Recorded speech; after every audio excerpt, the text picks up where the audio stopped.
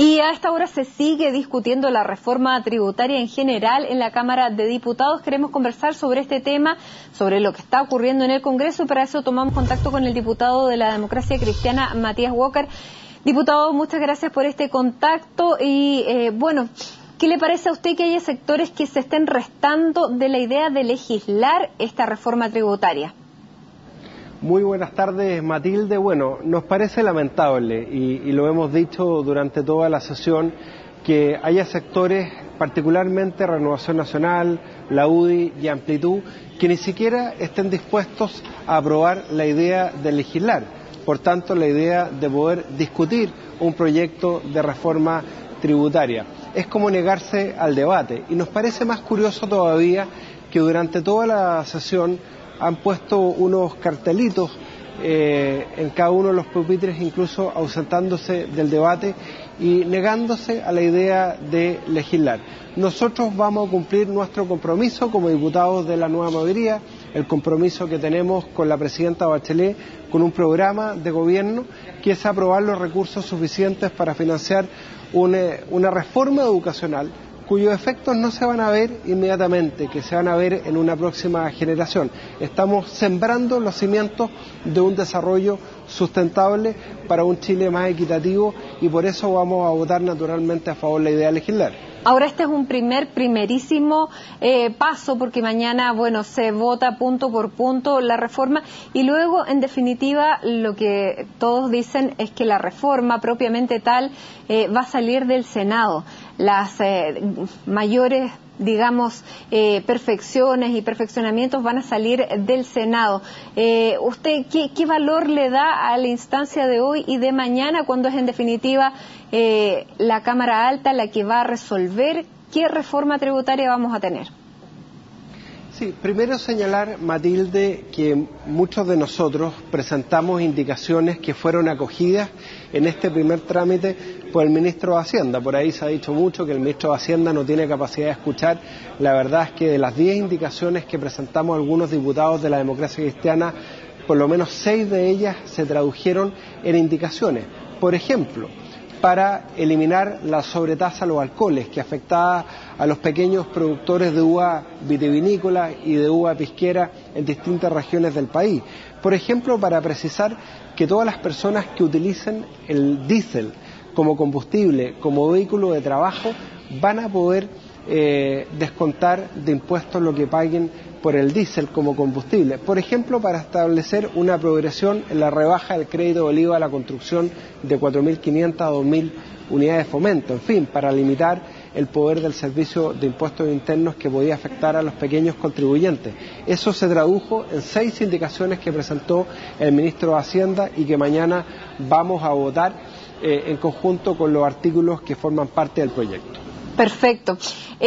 Ahora quería llevarlo a otro tema, porque también en la Comisión de Educación se acaba de aprobar específicamente el proyecto de administración de las universidades, y es aprobada en esta Comisión de Educación. Finalmente, esta figura del interventor es aprobada. ¿Qué valor le otorga a usted? Nos parece muy bien, responde a un planteamiento que habían hecho, por ejemplo, los alumnos de la Universidad del Mar y que forma parte también de las conclusiones de una comisión investigadora que funcionó en la Cámara de Diputados, que concluyó que el Estado tiene que tener la facultad de poder designar un administrador provisional en planteles de educación superior que se encuentran en problemas financieros o académicos, porque precisamente no podemos dejar a la deriva a los estudiantes, como ocurrió en el caso de la Universidad del Mar, a los funcionarios, a los trabajadores, a los docentes, y por eso es que se establece esta figura del administrador provisional. Efectivamente, habían algunos cuestionamientos respecto de facultades que el primer borrador del proyecto le entregaba a este administrador y que muchos de nosotros considerábamos que eran propias de los tribunales de justicia. Efectivamente, la facultad para determinar hoy día una revocación de contratos o la anulación de ciertos contratos recae en los tribunales superiores de justicia. Muchos de nosotros que somos abogados lo planteamos y eso hoy día se tradujo en indicaciones que presentó el ministro Izaguirre y que fueron aprobadas en la Comisión de Educación de la Cámara de Diputados. Y ahí precisamente contó con los votos del independiente Felipe Kast y también de el UDI Romilio Gutiérrez. ¿Usted hubiera esperado que esos mismos sectores, no, tal vez no la UDI, pero los independientes, los Amplitud, Evópolis, participaran con su voto también en aprobar la idea de legislar la reforma tributaria? Efectivamente, Matilde, yo le voy a decir una cosa. En muchas conversaciones con diputados de Renovación Nacional, de Amplitud, ellos habían manifestado su disposición a aprobar la idea de legislar. Se habían reunido con el ministro Arenas, le habían presentado propuestas, muchas de ellas fueron acogidas por el ministro y lamentablemente a la hora de votar se han negado a la idea de legislar. Lo van a hacer en algunas horas más, espero que ellos me desmientan con su votación. Y creo que el factor clave, y lo hemos dicho, para impedir esta votación a favor de la idea de legislar es Sebastián Piñera. Esto tiene nombre y apellido, es Sebastián Piñera, el líder de la derecha, quien ha de alguna manera presionado a los diputados de sus partidos aliados para que voten en contra de la idea de legislar, es decir, la idea de poder discutir un proyecto de reforma tributaria, lo cual me parece lamentable. ¿En base a qué puede decir eso, que el expresidente Piñera está detrás de esta negativa?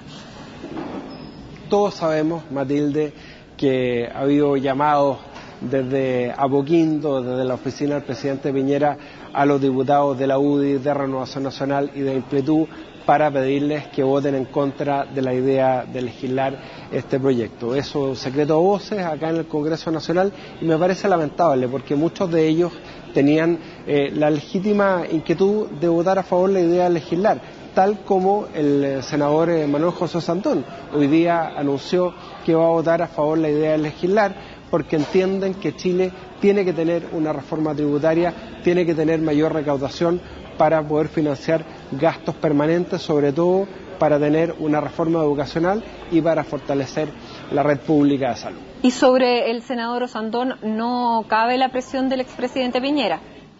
Todos sabemos que tanto el senador Osandón como el senador Alamán han mostrado independencia y a juicio respecto a lo que fue el gobierno del presidente Piñera y eso coincide también con su disposición a votar a favor de la idea de legislar el proyecto de reforma tributaria. Diputado, ¿a qué atribuye usted el clima de crispación que muchos han calificado luego de este debate sobre la reforma tributaria que se ha venido dando en los días anteriores? Ayer conversábamos aquí mismo en CNN Chile con el presidente de la Cámara que decía que tal vez no había ayudado el lenguaje. ¿Usted está de acuerdo con esa apreciación?